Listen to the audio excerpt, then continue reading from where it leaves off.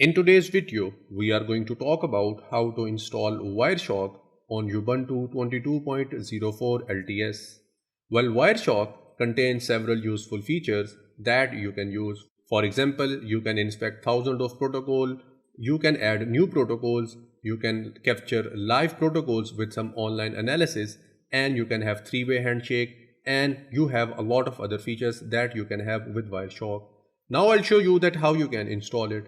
The command is really simple. Just write here sudo apt install, and after that write here Wireshark, and you just need to hit enter.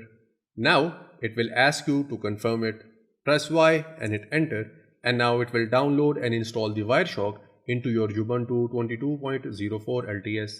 We have to wait for it because it will take a little bit of time. We are done with the download and installation of our Wireshark, and as soon as you are done with that process, you will be prompted with this screen.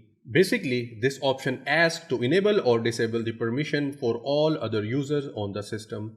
If you press yes, then all of the user will have all the permission, and if you go with the no, no one will have the permission except you.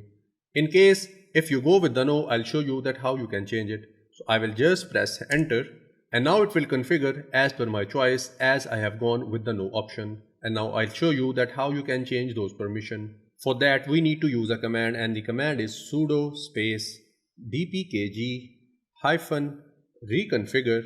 So I will write here reconfigure space Wireshark hyphen common.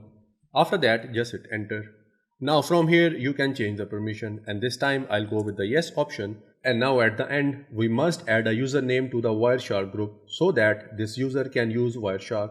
The command for that is sudo usermod space hyphen a capital G. After that write here Wireshark space write the username. I'll name it as user1, hit enter.